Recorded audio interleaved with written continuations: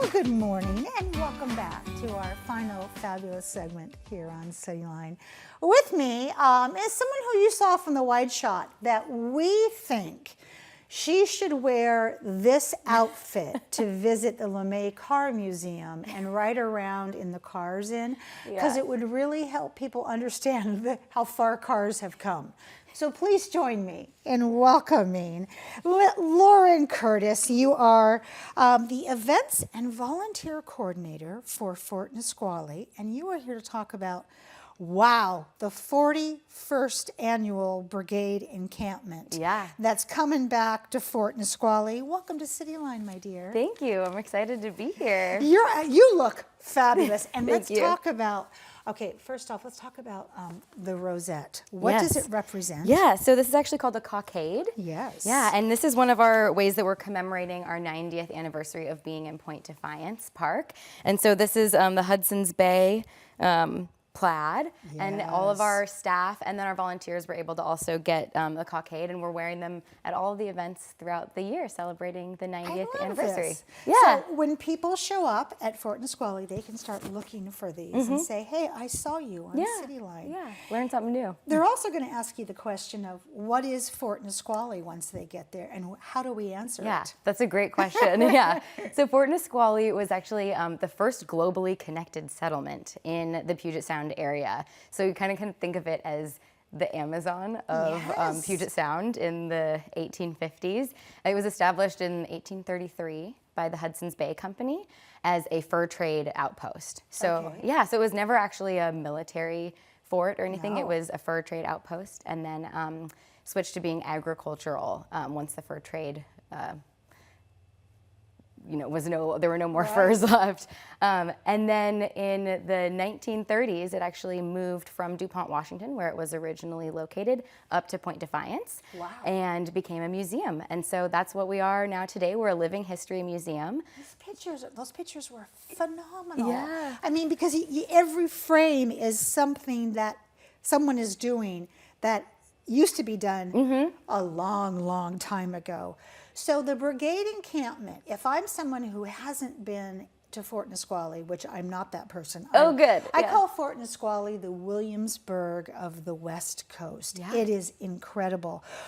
What would sway me to come see a Brigade Encampment? Yeah, so it's our longest standing signature event that we do. Like you said, it's the 41st annual, which is crazy. And there's so much to see. So it's kind of a reenactment of when the Fur Brigade actually came to the fort in 1855.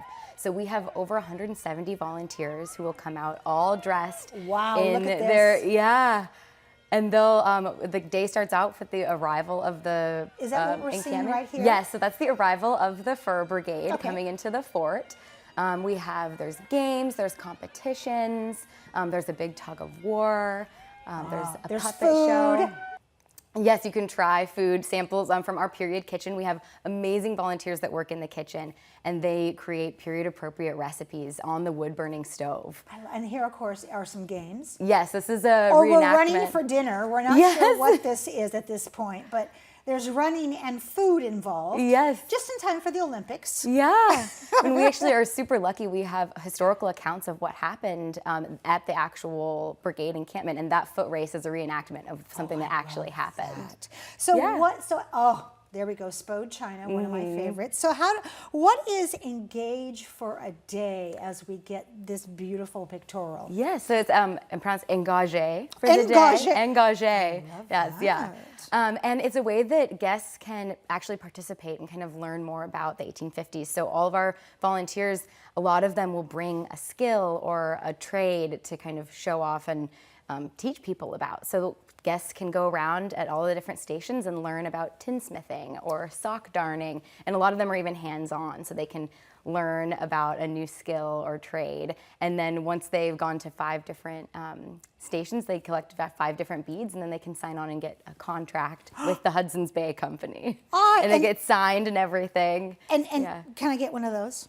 Unfortunately, maybe. yeah. We don't know. Well, you'll get back to me on that. So are there days and times of these events so we can get them on our calendar? Yes, it's all weekend. So it's Saturday and Sunday, August 10th and 11th, Okay. From 11 to 5 p.m. Our That's regular coming business up hours. because today is August 8th. Yeah, today is Thursday. So. If there was something you didn't have planned this weekend, and it's going to be a gorgeous weekend. Yes, get out and do beautiful. this.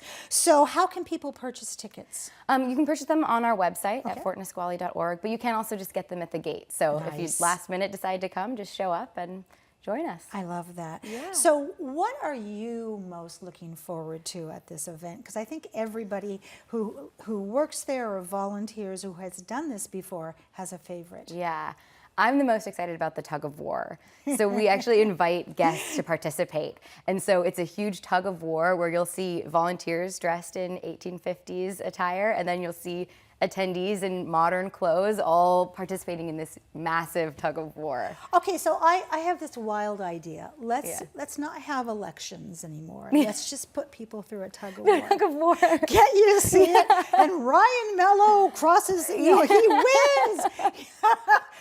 That was just an example. I'm not saying that. But yeah, oh my, that would be so hysterical. Yeah. So who do we need to thank in this last minute and a half? Because as you just got done saying, it's volunteers, and maybe we just need to thank them because this fort runs on volunteers. Yes, this fort definitely runs on volunteers. Like I mentioned, we have over 170 coming out this weekend, but there's even more that have come to all of our different events, and we have a foundation, and all of the volunteers and staff just really work hard all weekend to make this happen, and we couldn't do it without our volunteers. No. They're very talented. And you start planning this like a year ago. Oh, yeah. And now that you're almost done with this, you'll regroup, and then you'll start working on next year's. Oh, yeah. That is incredible.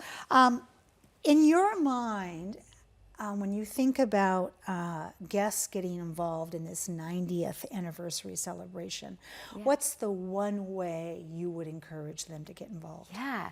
So as we're celebrating our 90th year in Point Defiance, our curator is going to be collecting oral histories from people because we want to hear about people's experiences at the fort. Because everyone has that memory of, oh, I went to the fort, in 4th grade on a field trip. That's right. We want to hear that. So if you come to the event, our curator is collecting oral histories from 1 to 3 both days. You can also on our website, just go onto the website and type in your memories and share with us. And then in September, we're unveiling a new exhibit called Saving Fort Nisqually. And it's going to be all about the move from DuPont up to Point Defiance. So they'll be shared with that. You got to come back for that, okay? Okay, yeah, that would be great. Thank you so much for being here today. Thank you for having me. My this was pleasure. fun. That wraps up another great segment of Cityline. It's always a pleasure and a privilege to be in your home. We've given you some really great things to think about in this past hour. So go out there, be a part of the tapestry, and above all, pay it forward. When you come back, as always, we'll be waiting for you right here at Cityline. Take care.